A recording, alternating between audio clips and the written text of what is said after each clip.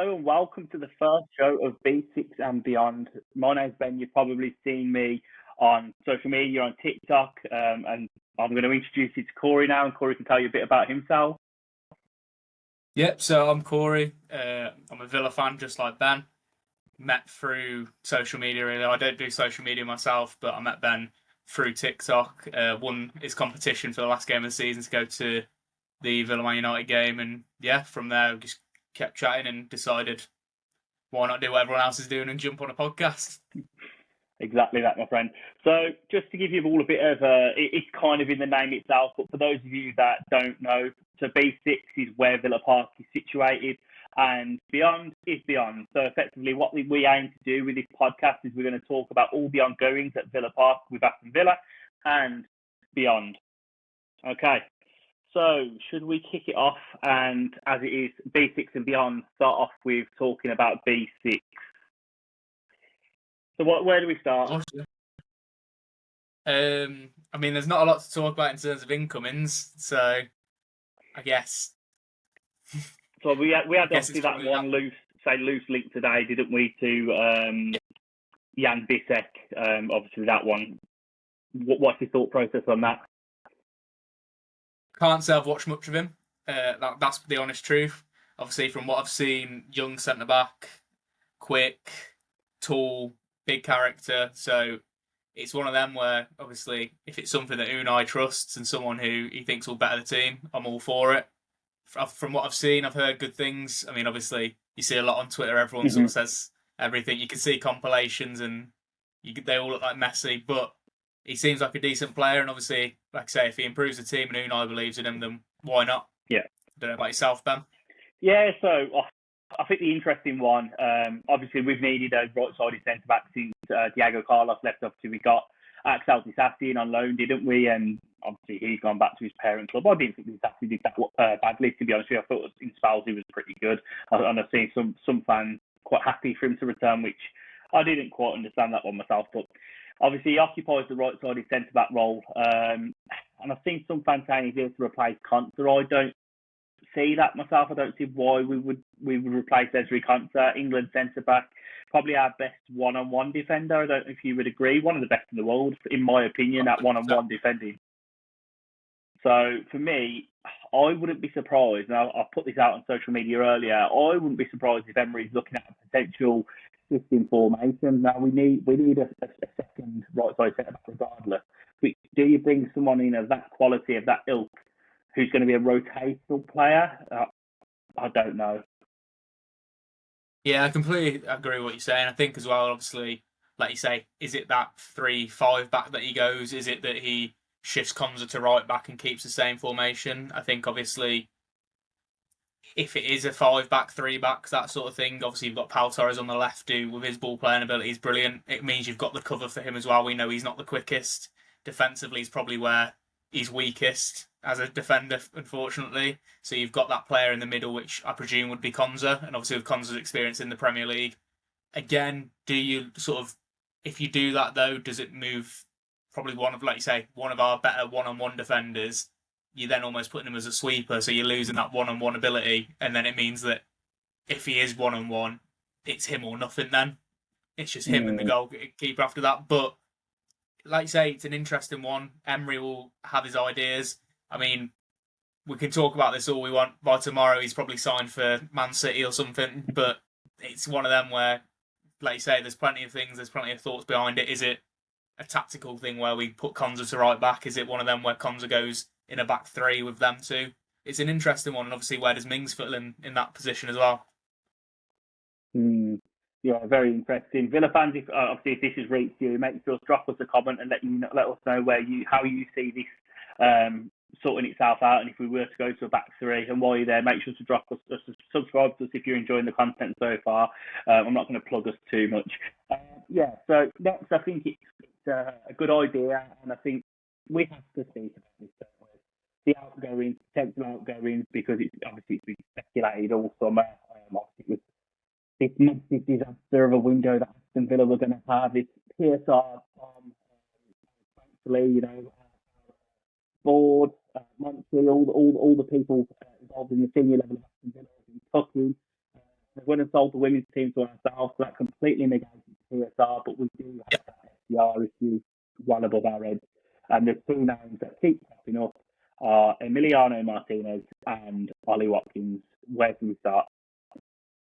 I think we'll start on. I think Martinez is probably the best one to start on. There's been a lot about Martinez, isn't there? As you say, it seems since even before halfway through the season, from what we're hearing, is he started his negotiations and stuff.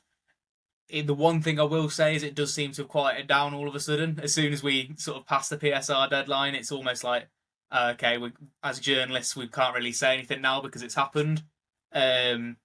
Listen, obviously, that there's rumours about Martinez speaking to Man United, for example. That seems to have cooled down. There was rumours of him speaking to Atletico Madrid. Again, that's cooled down. Chelsea apparently were offered him last week. That's not come to anything. I mean, with Chelsea's history of goalkeepers, I'm surprised they've not just signed him there and then. But at the same time, I think Martinez is one of them where me and you have spoke about this a lot off camera with Martinez. He's a character where if none of it's true and he doesn't want to go, he's not going to go. And we can all just sort of sweep it under the rug and say, listen, we've all jumped to conclusions. But if it is true, for his sake, he needs to make the right move. Because as we've said, going to Man United is sacrilege as a Villa player. You spoke about it, Dwight York, when Ashley Young went, people like that who were obviously Villa sort of heroes going into that status, and then going to Man United, you lose it all. And especially if it is true that he's been speaking to him since December, January window, it's awful. If it's not true, as I say, he's one of them characters where, as Villa fans, we love him. And hopefully it's not true, but at the same time, from the point of view of, is it worth going into him, selling him? Potentially, yes. I think, are we going to get the money that we would have got last year? Absolutely not. Are we going to get offered the amount of money they're offering this year again? Probably not. Is his performances going to keep going down? Only he can tell from there. That's the only thing he can do. Don't know about yourself, Ben. Your thoughts? Yeah, to be fair, we've covered a lot of it off there. What the big thing for me is we didn't hear a lot of speculation about Emi Martinez until this season. He's been at Aston Villa for 5 years now, and he obviously extended his contract last season. And we've not heard anything from any window. He's always professed that he loves the club. And it just all seems a little bit coincidental that this season his new agent is George Mendes. And, Mendes, he does everything for a bit of money. So it does feel like he's out there putting the feelers out there to other clubs. Do I see Emi Martinez moving on? If I'm going to be brutally honest, I do personally. And that's not... I think that's because both parties would potentially want it. Now, us as Villa fans, we've loved him over the time he's been with us. The first two seasons, he was last season he took a bit of a dip, but the 2 seasons before that, he's probably the best goalkeeper. Well, not even probably, he's definitely the best goalkeeper I've seen at Aston Villa. But I do question whether he's going to be able to get back to that player. I highly doubt it. He is declining in age, and if a fee comes now, he's 32 years old. If a fee comes for it to him now, we should potentially be looking at it. We have in certain areas a few aging players, and this is potentially a time for a bit of surgery on the squad and look to refresh. And I think Emi Martinez may be one of those ones that are potentially sacrificed. It's sad because he's had big moments with Villa, and he is seen as a borderline legend. I'd say cult hero at this point, because for me a legend is someone who wins something, and because he hasn't done that, he's got into the Champions League, which is a massive achievement, but we've not won anything, so he can't quite fit into that category for me. I do see it happening. I just hope it isn't to Manchester United, and that's more from a personal element for me, because he's always said that he wants to win things, wants to go places, he's going to win.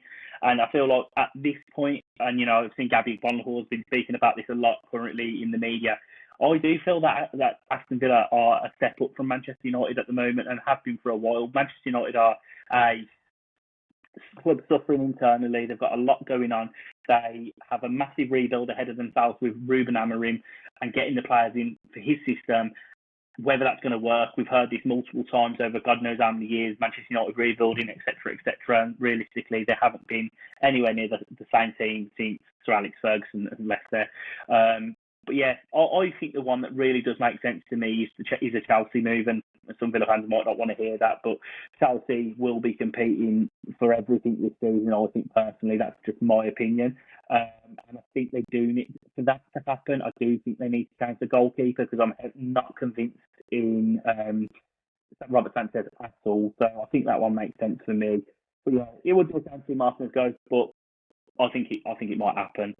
So Ollie Watkins, the most, should we say, divisive player in Villa at the moment between their fans. You'll get some that are loving him and some that absolutely hate him. Now, I'm going to be very transparent with everyone. I am a big Ollie Watkins fan, but for the purpose of this video, I'm going to be, and I hope Corey will be as well, we'll be trying to be very transparent and very down the line and see both views from both sets of fans. And we ain't going to make a judgment effectively whether if we're going to sell him or not, because it's not really for us to say, but we'll try and piece out the argument, should we say. So what do you think, Corey, on Ollie Watkins? Again, similar to sort of the Martinez situation, like I say, it's the Man United links again. I think especially this transfer window, you sort of touched on it. I think Man United are going to be linked with everyone. That's going to be a thing now. They've been allowed to spend. They're going to be able to spend, and that seems to be the case. They're just going to be linked with everyone. As for Ollie Watkins, similar to yourself, I love him. I mean, he's other than maybe Benteke, he's probably the best striker I've seen in my lifetime. But again, like you say, the divisive side of it's the goal scoring ability. Don't get me wrong, he's a brilliant player. Is it worth if we can get 60 million for him, selling him? Yes, potentially. Just purely off the fact that sort of money's probably not going to come in again in a year or two's time. I understand that you're not just losing a goal scorer, you're losing someone who creates play. You're losing someone who creates assists, chances, things like that for other people. I think this one's probably more difficult than the Martinez one, just because, like you say, he is such a divisive player. On the one side, you say, if you get 60 million, great. On the other side, you say, for what we're losing as a club, is any amount of money worth losing him? And that's the tough thing. I'm interested to hear your thoughts on it, to be honest. I know I've not really given much of a either way, but I'd be interested to see your thoughts. I think it really depends on the fee.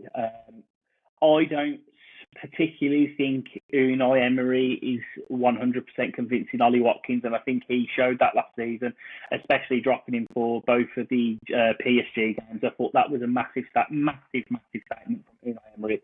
I think if we get the right fee for him, he will potentially move him on. But the big thing is, and the big challenge is now, he's getting a replacement. Like, I should put that question out there, and I'll put the question out there to everyone watching. If you can tell me a player that is going to come in and he's going to score you 15 goals a season in the Premier League and get the assist that Ollie Watkins does, please put it in the comment section, because at the moment, I can't name it. I know we've looked at like Samu Agihoa, I believe his name is now. He's Samu. I can't even pronounce his surname. The guy who's at Porto. We've looked at him quite heavily, allegedly, but it's a gamble. Whatever you do, it's a gamble. Ollie Watkins for me is the best striker I have seen supporting Aston Villa. You know, Benteke, as you've just said, fantastic. Juan Pablo Angel, fantastic. But these guys never got, even John Carew, never got close to Ollie Watkins' numbers, what he's produced on a consistent basis. And I know he misses a lot of chances, and that is the argument from the flip side from a lot of Villa fans. A lot, he's too wasteful. He's too wasteful to get us into the Champions League. He's too wasteful. Just to reiterate, we did get into the Champions League with Ollie Watkins, but he's too wasteful to push us maybe to that next level, potentially. But what I will say is all of the top strikers across the world miss chances. The sign of a top striker is a person that gets the chances. And if you look at the list of the players that miss the most chances in the Premier League, Erling Haaland will be right at the top. Mohamed Salah's not far behind, and Ollie Watkins is there or thereabouts. So it's not bad company for him to be in and around with. So yeah, Ollie Watkins is an interesting one. I've seen obviously Manchester United heavily linked with him as well, but the fee that's been spouted around, they're only looking at paying 40 million for him because of his age, no salon value. But Villa won't budge at 40 million pounds. I think generally, if he has a good season for Villa this season and goes to the World Cup with England, we could still get 40 million for a potentially 30-year-old Ollie Watkins going 31, because he's not exactly electric, but he's a smart footballer. So I think he could generally play until he's 34, 35. So you'll still get a relatively good fee for him at the age of 30. And yeah, that's my opinion on Ollie Watkins. I think that's the thing. I think one thing that needs to be talked about is, listen, football's not a stats-based game. We know this. That's the one thing that we can obviously reiterate here is it's not. But Alexander Isak is probably one of, if not the best striker in world football at the moment. There's two maybe names you could put ahead of him in terms of Harry Kane and Erling Haaland when Erling Haaland's fit. Ollie Watkins has got 2 less goal contributions than Isak in the last 3 seasons. And don't get me wrong, yes, Isak's done all this in less games. I'm not saying, but those are the sort of numbers you have to look at and say, well, actually, like, he is making a difference. And like you said, he's not just a player where, yes, he's getting the stats to back it up, but he's not just doing that off the ball. He's brilliant. I mean, the runs he makes off the ball is what allows Villa to play the football they want to play. When he's coming short for the ball, when he's going long in behind, that sort of stuff, that's what creates the chances for... I mean, we look at John Duran, for example. John Duran at the start of the season, on fire, don't get me wrong. The first few games where he was scoring goals, he was coming on in the perfect time, fresh legs. Watkins had ran defenders ragged for 60, 70 minutes. Duran does the rest. The Bayern Munich game's a perfect example. He had Upamecano on strings. He was tearing him apart, Watkins. He should have been sent off after about 15 minutes and arguably should have had a second yellow, 5 minutes later? Duran comes on. All he has to do is make that one run behind. Upamecano's not getting near him. Don't get me wrong, it's a brilliant goal. It's a goal that Watkins doesn't score, but he's doing that hard work, not just getting the stats and stuff, and that's something, like you say, he's such a tough player because he's such a likeable character as well. There's nothing about him where, I mean, you look at his face when he scored that goal in the semi-final for England, what it meant to him, like, that's the emotion you don't see in footballers very often. He was just so happy to have done that, and he's just such a likeable character. I think, obviously, if he is to go, it's a massive loss, and like you say, who does then come in? I mean, we're going to go on to it a bit later on in terms of signings and stuff like that, but you've mentioned Samu. There's a couple of others where, but again, you can't guarantee they're going to do the numbers that Watkins does. I mean, I think Watkins hit double figures in goals since his first season. He's been here 5 seasons. Yeah, he has. What is it? He's missed 16 games over 5 seasons, something like that. And through injury, that is. He's missed games obviously where he's not played, and but 16 games over 5 seasons. Bearing in mind that's 2 seasons in Europe as well. To miss 16 games, it's ridiculous. I mean, I saw a Man United fan saying they didn't want to sign him because of his injury record. So, that's absolutely clueless. Yes. In the last 3 seasons, he's missed 2 games. Yeah. So that's durability. That's absolutely baffling. So I think on that note, I think it's a good point. Let's go on to potential signings for Aston Villa. Our dream signings in the window. And then we'll talk about beyond and outside of Aston Villa. So who are your dream signings for this window? So dream signings, first of all, is Samu from Porto. We were linked with him, obviously, before he went to Porto. Quite heavily linked with him last summer. He did agree to go to Chelsea and then went to Porto in the end.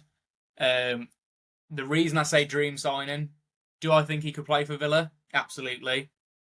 The fee that's being spouted, 100 million, absolutely not. We're not going to spend that sort of money on someone, especially someone who's not proven. But 21, 22 years of age, scoring goals for fun, it's one of them where I'd like to see it happen. That's one of those sort of dream signings. I mean, I don't know who your first one is, Ben.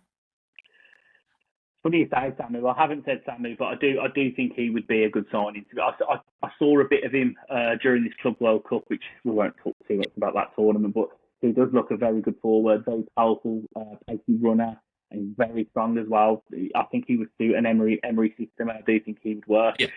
My first one, I've gone for a position. There's two that I've named for the position, and the position for me is right wing because I think we need a right winger regardless. Leon Bailey probably will exit Aston Villa. Yeah. So the first one for me is, I might butcher the surname, Francisco Conceição from Juventus. He was fantastic when he played against us, and I think he's the best player I saw against us in the Champions League. Yeah, and there is heavy whispers at the moment that he could be available, and I think he would be a fantastic signing for that right wing. I agree. I mean, I've got two players down for right wing actually, and I completely forgot about Conceição. I've gone for one which I think is probably never going to happen, but with news today, transfer wise, is a possibility. So I've gone for Ethan Nwaneri. Right. Purely based off if Madueke's come in, I think if you're Nwaneri, you've had a brilliant breakout season. You're probably thinking to yourself, really, you need to go and sign someone else to sort of back up that position. Mm-hmm. Like we spoke about this off camera. They don't need Madueke unless they're gonna shift Saka somewhere, which as you've said, it's pointless. You don't waste someone like Saka by playing him as a striker or left winger. So I think Nwaneri could become an option if he forces a move out. Would he want to go to? I mean, don't get me wrong, he's probably going to want to go to one of the elite clubs, so to speak. But somewhere like a Newcastle or Villa could suit him perfectly, where he can come in and be sort of a main man as well at such a young age. And then the other player I went for is Zagrova from Lille. I don't know if you remember when we played against Lille, bald-headed guy. So it's come out today that he's asked to leave.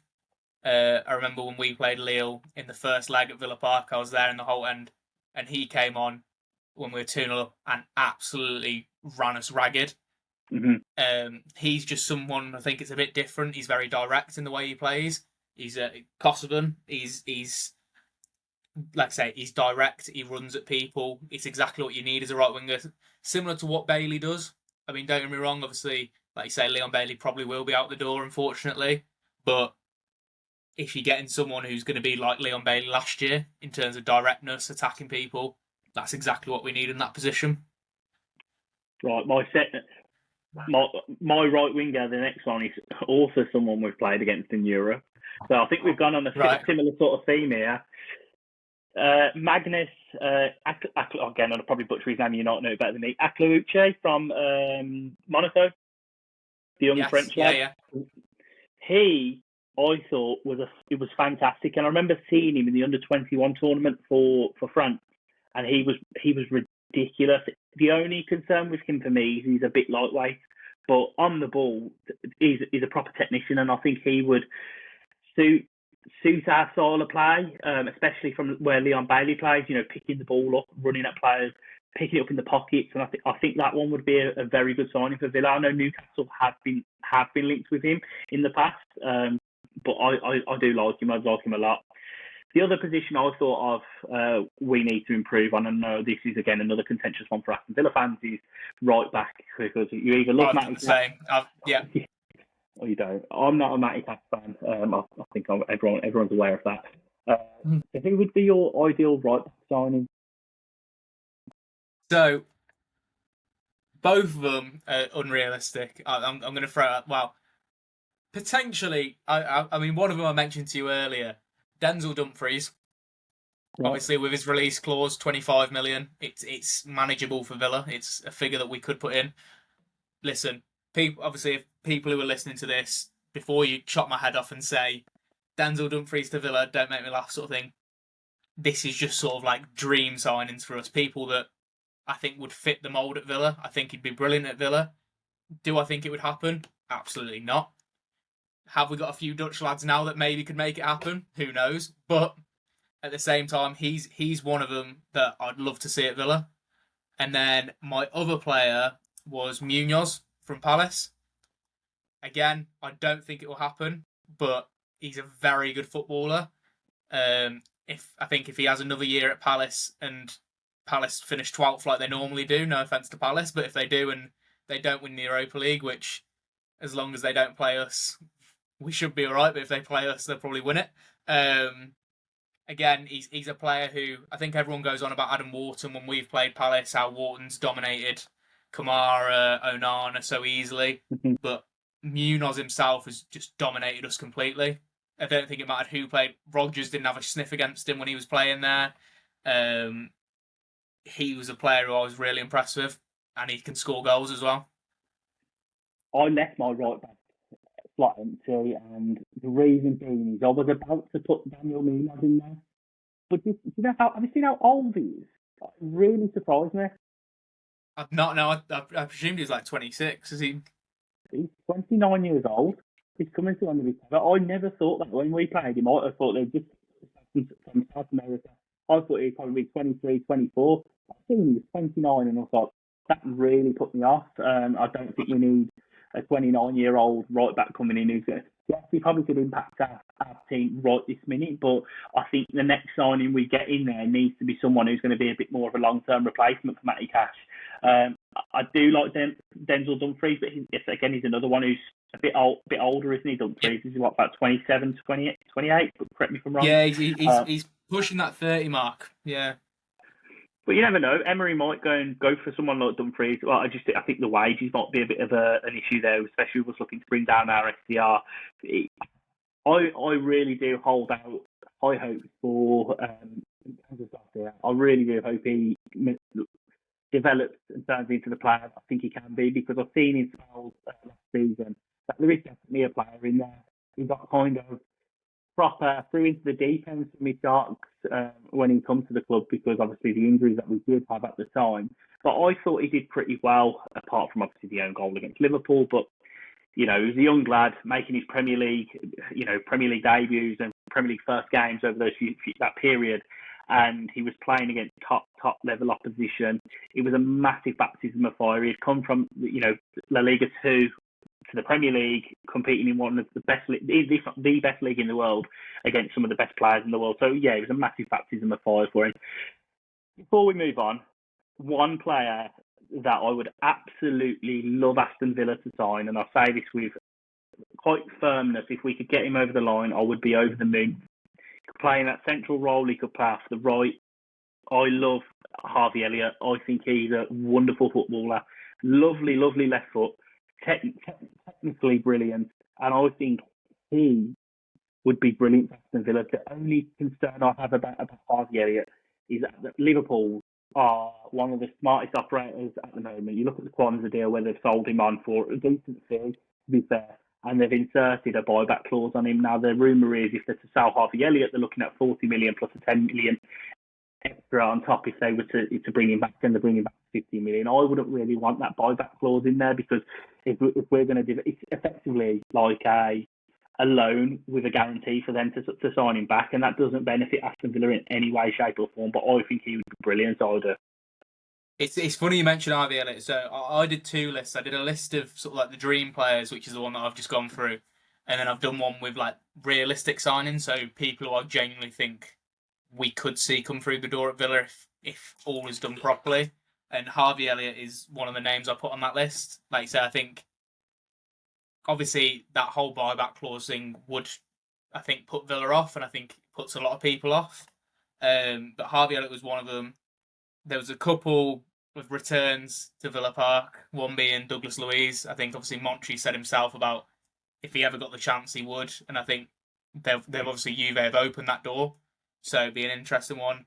Another one, this is going to be a touchy one for Villa fans. Grealish. I think if you can't get a Harvey Elliott in, a slightly older model in terms of Grealish, if you can get him back, personally for me, it would have to be a loan. I wouldn't see a world where we spend 30, 40 million on a 29, 30-year-old Jack Grealish who hasn't been at the peak of his football for over a year now. I think, don't get me wrong, if he comes back, it is a risk. He could come back and it could be the perfect fairy tale. It could be like when Ashley Young came back at 37 years old and helps us get back to Conference League. That sort of thing. Grealish comes back and helps us get Champions League. It could be the complete opposite. And then striker-wise, I've got Vlahovic, who apparently today might be getting his contract terminated from Juventus. So there's a free agent there.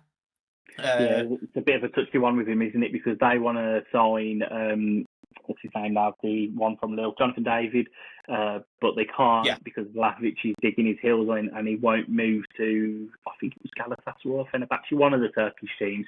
That's where he's been heavily linked with. And to be honest with you, he's got a contract at Juventus, so if he doesn't want to move, Juventus can't force him out the door. The only thing with him, I did look, he's on an absolute fortune, I believe, at Juventus. So that one would be, he'd probably be paid same as Watkins, if not more. But that would be the potential Watkins replacement. The thing is, as well, if he's a free agent, you've got to pay a bit more. And for me, the way I look at Vlahovic, I wouldn't look at him as a replacement for Watkins. I'd look at him to sort of come in and work with Watkins.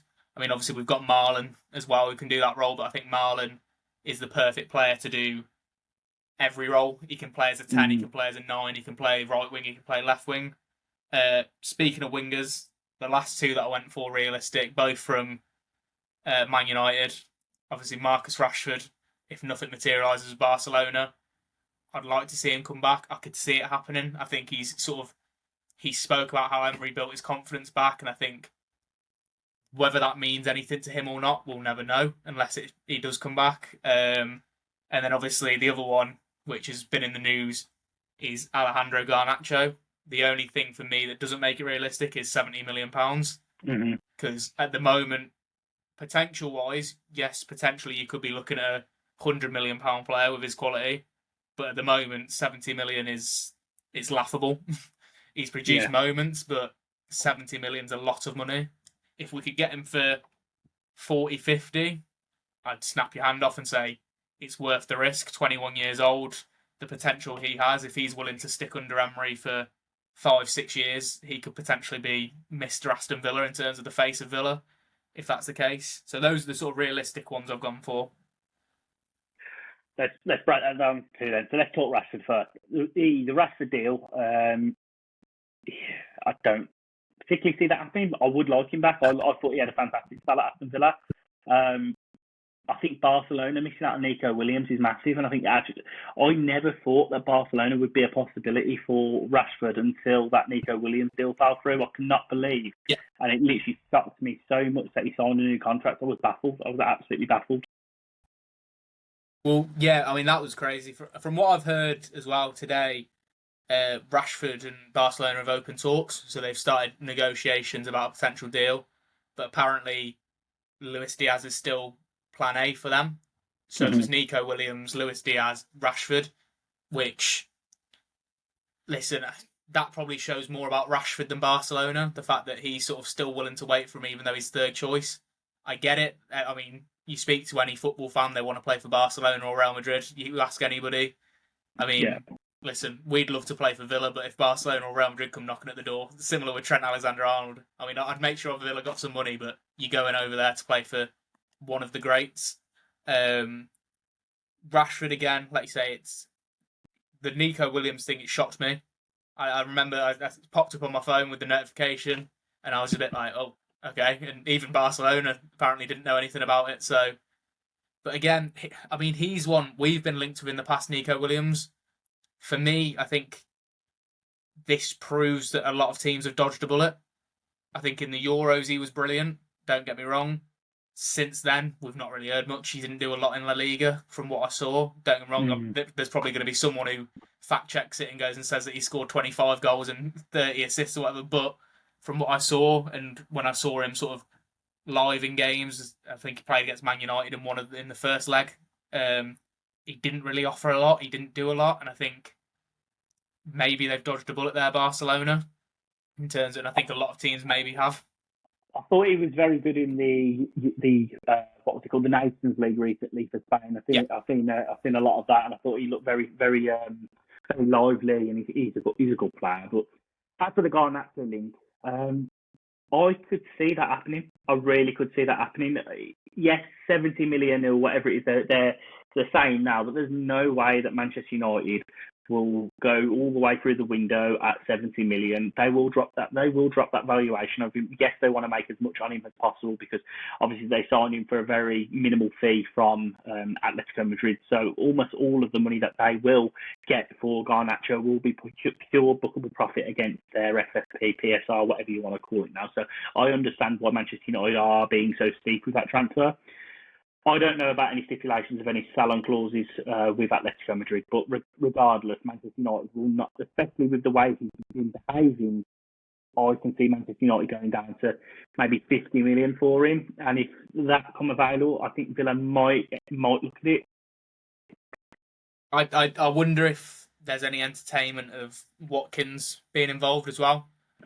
I think, who knows, that could obviously, for me personally, I think that wouldn't be a great deal. Don't get me wrong, like I say, I love Garnacho. I think he's a great player. I don't think it would be a good deal if obviously Watkins went the other way. We spoke about Watkins earlier. That situation, you can't. It's not a like for like change. It's not one that benefits us as such. Could we see him used as sort of like a make way? As long as it's not Watkins plus money, I think I'd be happy with that. In terms of, like I say, Emery's going to sign players. Emery's going to know what he wants. He's going to trust people. He's going to do whatever it is that he says. I mean, this is the sort of thing with the just to go back to Martinez. Obviously, last game of the season, Emery's saying it won't be his last game. Walsall at home will probably be his last game, but that's the thing. Like we don't know these things. We don't know what the situation is. No one.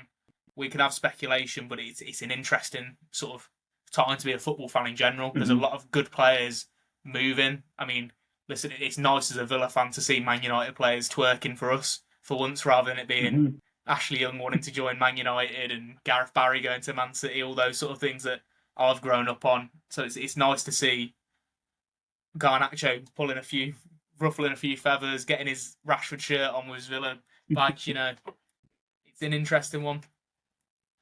I think the main takeaway there is, regardless of what happens throughout this window, Aston Villa are in safe hands with Monty, Emery, dealing with their transfers. I'm not concerned. Corey, I presume you echo those thoughts. Yeah, exactly that. I mean, we've seen it. He's done the job he's doing. He's done it with Gerrard's squad, basically. So it's exciting to see what he could potentially do if we get rid of some of the deadwood. Yeah. So I think at that point it's a good time to talk about the ongoings from beyond B6 now. Yeah. So the first one that I really want to talk about and discuss is the Anthony Elanga signing for Newcastle that is imminent. What is your overall thought process and feelings around that transfer? So £55 million fee for Anthony Elanga from Nottingham Forest. Well, first thing I want to say is obviously I know you and the Geordies have got a really good relationship, Ben, so I can't wait for your thoughts on it. From my side of things, I've got a lot of mates who are Geordies, so mine's sort of like a neutral side of it, but I think we can both agree on this. It's a lot of money for a player who's had a decent season. Not amazing, not out of this world. I mean, when we were linked with him, I was like, I'd take him. He's young. Obviously, he's still got room to improve.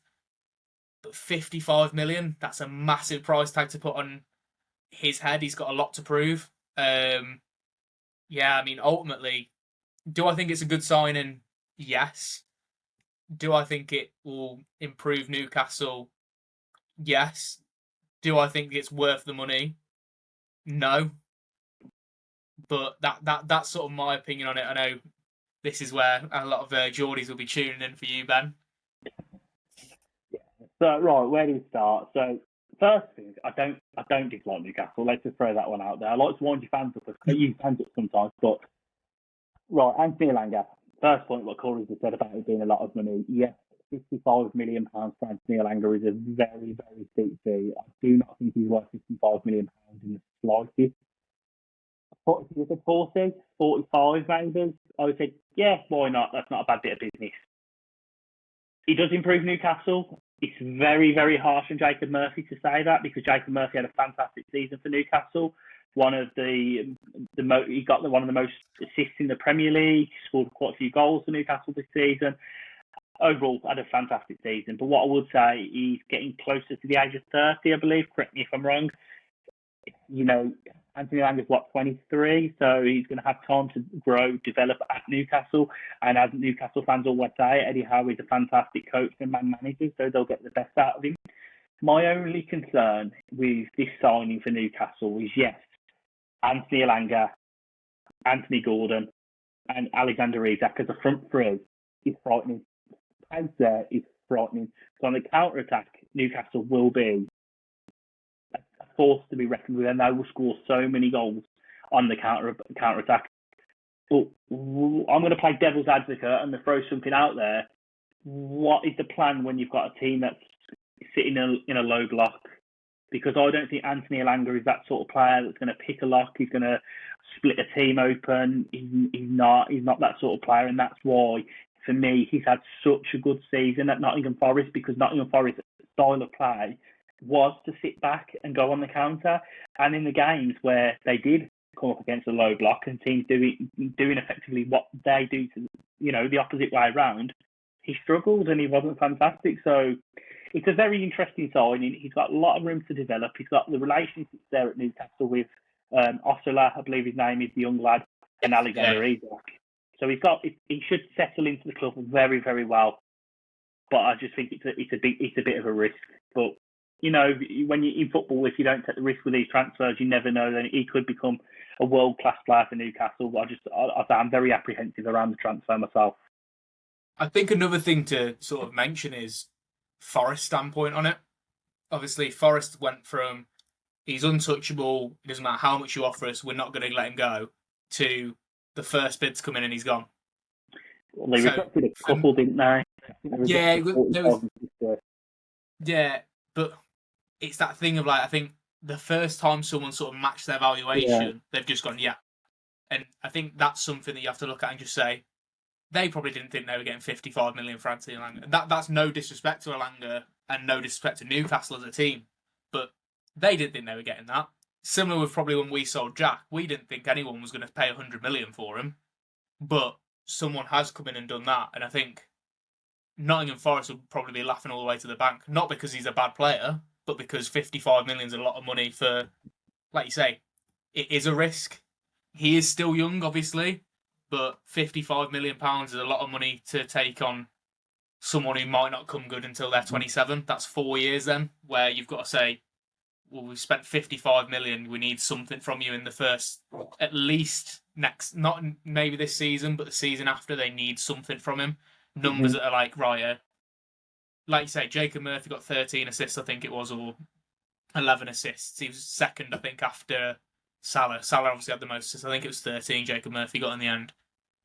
So you need Elanga to be getting near that in his first season, really, just to be right, we've made the right decision. We've got someone coming in. But then again, listen, we're not a Newcastle page, so we won't talk too much about it, but what does that mean for your Gordons and your Isaks? Is that a thing of, are they going to be going? Isak is obviously, I think Elanga coming in could potentially be a way of keeping Isak. It's his friend, obviously, same national team, that sort of thing, they play together. Gordon's constantly being linked away. He basically was trying to force a move in January and then it didn't work out and signed a new contract. He's not come back the same Anthony Gordon as he was first half of the season. Could that potentially be a chance for Elanga to pop in and say, I'll happily play on the left and show something? So it's an interesting Harvey Barnes, haven't they? Yeah, Harvey Barnes is another one. Really good player. I mean, yeah, I think most Villa fans would have him at Villa just so he doesn't score against us. But I mean, we'll get to see it on the opening day at Villa Park whether Anthony Elanga comes good or not. But yeah, well, it'll be an interesting game that will, and I'm sure we'll do some content around then. So moving on. The next one I wanted to talk about was the Noni Madueke move to Arsenal. Now, there's a couple bits I want to speak about on this. So let's start off with Chelsea. Now, I have done a bit of content on that. I will go over it again briefly on this channel. So Chelsea, for me, are the shrewdest operators in the game. The way they operate and the way they move players around and they manipulate their finances is so bloody clever. And I can see why Villa took a little page out of their book by selling our women's team. So obviously they're about to sell Noni Madueke for a £45 million fee to Newcastle, just been speaking about them, to Arsenal. Now, 45 million, they have got Jamie Gittens already over the line as his replacement. And that fee for Jamie Gittens is going to be £3.5 million more than what they're selling Noni Madueke for. So basically, for one of the hottest prospects in the Bundesliga, who was ripping it apart for Dortmund at times last season, they've got him for basically £3.5 million, and they've made £16 million profit on Madueke. It's just such clever business. It's very, very shrewd. And I think the most funny thing about it is they've clearly identified Madueke as a player that they don't want. Now, I really like Madueke, and I'll just put it out there, I'm a big Madueke. But they've identified him as a player that they don't want anymore. And they've shifted him onto one of their rivals in Arsenal. It's so good. What's your thought process on that? Yeah, I mean, you've hit the nail on the head, really. Another team that are really good at it, and whether people like it or not, is Man City. We've seen it with James Trafford when he obviously went to Burnley for 20 million or something like that. You've seen it with, what's his name? Harwood Bellis going to Southampton for 10, 15. Adarabioyo when he went. People like that who they're playing one season in the Championship and these teams are getting bucket loads for. As you say, I mean, the Bino Gittins one, correct me if I'm wrong, but I'm almost certain last year we were looking at Bino Gittins and the quotes were 100 million for him or something like that. So for it to be a year later and it's a case of you've got him for 48 million, was it? Or 50 million roughly? Yeah, 48.5 million, 49.5 million, around that. But then, I mean, to touch obviously quickly back on the Elanga thing, you're getting Madueke for 10 million less than Elanga, which is crazy to me. As you say, Madueke is a brilliant player. I think Chelsea's business is superb in terms of the way they do things, the 7-year contracts, the 8-year contracts. One thing you did mention, which actually I wanted to touch on earlier on, was I've seen a lot of fans moaning about the way that Villa got out of PSR, and the one thing I will say about that is that's down to the Premier League. That's nothing to do with Villa. They allowed Chelsea to do it. They then wanted to ban it. Teams aren't going to go for that. You can't let one team do it to get away with it and then ban it the next season just because you don't want Villa or Newcastle or whoever to challenge. So if it's there, we're going to have to take it. And I get this, and I completely understand. It's nothing. It's horrible for football. It shouldn't be happening. But it's there to be done, and Chelsea have done it brilliantly. As for Madueke as a signing, I think that'll be obviously the next thing we go into now. Yeah. It's a weird one. It's a very strange one from Arsenal. As I say, it sort of opens the door for a Wanyeri to potentially move somewhere. But do they need him? Probably not. Is it, where does he come in to replace someone? He doesn't replace Saka. He's not really a player off the left. I'm sure he can do a job off the left. But then they need to shift Martinelli because you can't have a player like Martinelli playing. Do they move Martinelli into striker? They need a striker. Arsenal's business has been, I mean, I know you've done a video on it. It's been smart business, but also strange business. In terms of Norgard, good signing, good age, good sort of like, it's good depth. Kepa, it's a good backup to have in terms of it's good depth. But they've not actually targeted the one thing they need in a striker. So getting Madueke in, it just seems weird from all parties. I mean, I don't know why Chelsea were so ready to get rid of him. They've I think since he joined, it's always been, how can we make money out of Madueke? And to be fair, they've done it. From Arsenal's point of view, do they need Madueke? Probably not, but they've signed him. I know, obviously, you've got a couple of points on it, so what do you think, Ben, in terms of the signing itself? Yeah, I think it's a weird one. I don't see him coming in to replace Saka. You're not going to... No way are they going to move Saka from that right wing channel. That's not going to happen. It could play sensibly, but then you're dislodging Odegaard. No, I'm not a massive fan of Odegaard. I actually think he's quite overrated, if I'm going to be honest. But where I do see him playing on that left wing role, and he played there for Chelsea quite a lot, but it's just a strange one because he definitely isn't the most productive off the left. He's definitely a better right winger. So yeah, it's just a really weird transfer. It's funny you mentioned Nwaneri. I don't know if you've seen the news. I was going to mention it earlier when you talked about the Villa, but I thought we'd leave it to this piece because obviously because this piece isn't about Yeah. anything to do with Villa. Have you seen that he has been linked with a move to Chelsea? Chelsea have open talks with him. I didn't see that, no. But Yeah. again, listen, I mean, we may as well use this now to move on to another topic, which is Chelsea. I mean, you've obviously done your videos on it yourself. Very interesting business. I mean, it seems to be you open Twitter, Instagram, whatever, and every day there's a new bloke walking into Cobham. It's random. I mean, Barno Gittins was a weird one. Great player, but just a random signing. Liam Delap for me. Listen, I'm not the biggest fan of Liam Delap personally. I can see why they've signed him. I'm not the biggest fan, but it's a player that they thought they needed. Wanyeri won't really be needed, I wouldn't have thought. But again, if you're going to get Wanyeri and replace Madueke, it's brilliant business yet again, like you say. João Pedro, weird one. Very strange, sort of, from João Pedro's point of view, as to where that sort of come from. Obviously, he was so heavily linked to Newcastle. I think there was one day where Villa were going to sign him as well, and then all of a sudden he's gone to Chelsea. But yeah, I've not seen it, the Wanyeri thing, but I can believe it. They're linked to everyone. Yeah, they're trying to apparently get him on a potential free transfer because obviously there's that contract. His contract's up in the air at the minute with Arsenal, and Chelsea are looking to, as they do, they're sniffing around him. Sorry, they're going to look at it, jumping in there, snarking him away from Arsenal, and I think it'd be a clever bit of business, to be honest with you.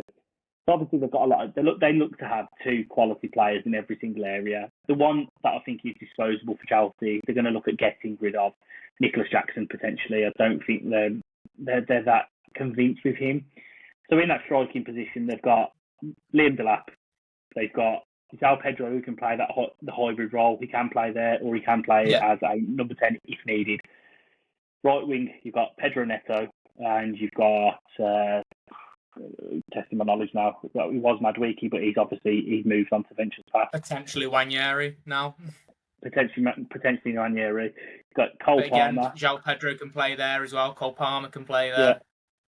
You've got Cole Palmer who can play either centrally or on the right, and then you've got João Pedro who can play centrally, and then Nwaneri can also play centrally if he was to go there, or you've got Enzo Fernandez can also play further forward if all needs be, and then off the left they've got players that can play all over the pitch. Chelsea, that's where Jamie Gittins will probably feature, I would imagine, off that left hand channel, and I think it's a clever sign. The thing with the João Pedro transfer, now I thought it was a bit steep. I thought £60 million, I believe it was, for João Pedro. I thought it was steep, but what people aren't remembering is Chelsea are in this Club World Cup currently. They need a deep squad. They need a deep squad to go into the Premier League with.